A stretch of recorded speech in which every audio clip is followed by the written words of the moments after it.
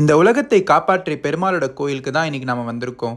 திருக்கூடலூர் அருள்மிகு ஜெகத்ரக்ஷக பெருமாள் திருக்கோவில், வையம் காத்த பெருமாள்.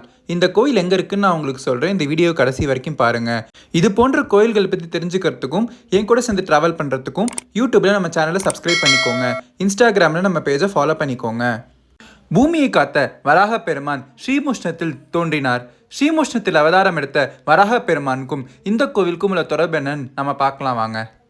ஹிரண்யாக்ஷகன் என்னும் அரக்கனை வதம் செய்து பூமாதேவியை காப்பதற்காக தேவர்கள் அனைவரும் கூடி பெருமாளை வழிபட்ட ஊர் திருக்கூடலூர். பெருமாள் கையில் செங்கோலோடு தோன்றி காட்சி தரும் ஊர் திருக்கூடலூர்.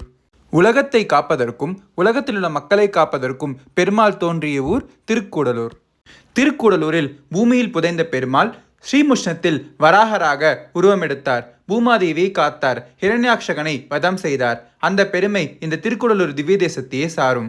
சோழ நாடு திவ்ய தேசங்களில் 8வது திவ்ய தேசமாக விளங்குற இந்த திருக்கூடலூர் திவ்ய தேசம் திருமங்கை ஆழ்வாரால் போற்றி பாடப்பட்டது. சுத்த சாத்வ விமானத்தோடு சக்கர தீர்த்தம் கொண்டு விளங்கும் இந்த பெருமாளுக்கு தாயார் பத்மாசினி தாயார், புஷ்பவல்லி தாயார் என்னும் திருநாமத்தோட விளங்குறாங்க. பெருமாள் இந்த கோவிலில் பலாமரத்தில் தோன்றும் அழகான சங்கு போல காட்சி தருகிறார். இந்த கோயிலுடைய தலவிருட்சமான பலாமரத்தில் அழகான சங்கு வடிவில் பெருமாள் காட்சி தரதா நம்பப்படுது. அந்த சங்கு இப்போ இந்த பலாமரத்தில் இருக்கு பாருங்க. உற்சவத்தின் போது இந்த சங்குக்கு அழகான சந்தன காப்பு சாற்றப்படுகிறது.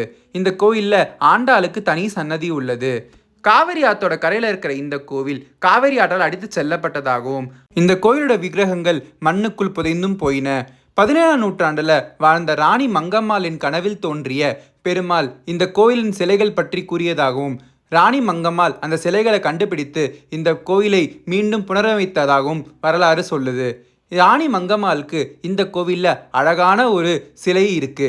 வேற எந்த கோயிலும் இல்லாத சிறப்பம்சமா இந்த கோயிலில் இருக்கிற ஆஞ்சநேயர் நடனமாடும் நிலையில் நர்த்தன ஆஞ்சநேயராக காட்சி தருகிறார்.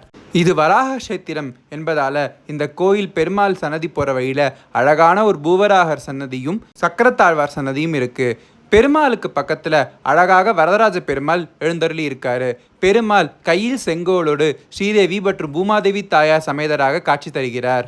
கிழக்கு நோக்கி திருமுகம் கொண்ட இந்த பெருமாள் நின்ற திருக்கோலமாய் கையில் சக்கரத்தை பிரயோக நிலையில் வைத்திருக்கிறார். இதுக்கு என்ன காரணம்னா, மகாராஜா அம்பரீசனை துர்வாச முனிவரின் சாபத்திலிருந்து காப்பதற்காக இந்த சக்கரம் உபயோகப்படுத்தப்பட்டது. இந்த சக்கரம் ராஜா அம்பரீசனை காத்தது. அதற்காக ராஜா அம்பரீசனே இந்த கோயிலை முற்காலத்தில் கட்டியதா சொல்றாங்க. காவிரி ஆற்றோட கரைகளில் இருக்கிற பெருமாள் கோயில்கள் அனைத்திலும் பெருமாள் சயன திருக்கோலத்தில் காட்சி தருகிறார். ஆனால் இந்த கோயிலில் பெருமாள் நின்ற திருக்கோலத்தில் காட்சி தராரு. அது ரொம்ப அதிசயமாக பார்க்கப்படுது. இந்த கோயில் திருவையாறுலேருந்து கும்பகோணம் போகிற சாலையில் அமைஞ்சிருக்கு.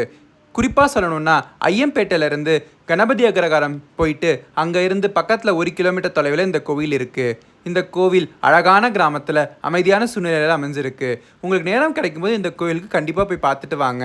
இந்த ஊரில் வாழ்கிற மக்கள் எல்லாரும் இந்த பெருமாளை ஆடுதுறை பெருமாள் என்று செல்லமாக அழைக்கிறாங்க. இந்த காணொலி பிடிச்சிருந்தா மறக்காமல் லைக் பண்ணுங்கள். உங்களுக்கு தெரிஞ்சவங்களுக்கெல்லாம் ஷேர் பண்ணுங்கள். இன்னும் எந்தெந்த கோயிலெலாம் பார்க்கணுன்னு சொல்லி எனக்கு கமெண்ட் பண்ணுங்கள். கண்டிப்பாக அந்த வீடியோவும் நான் போடுறேன். அது வரைக்கும் குட் பை.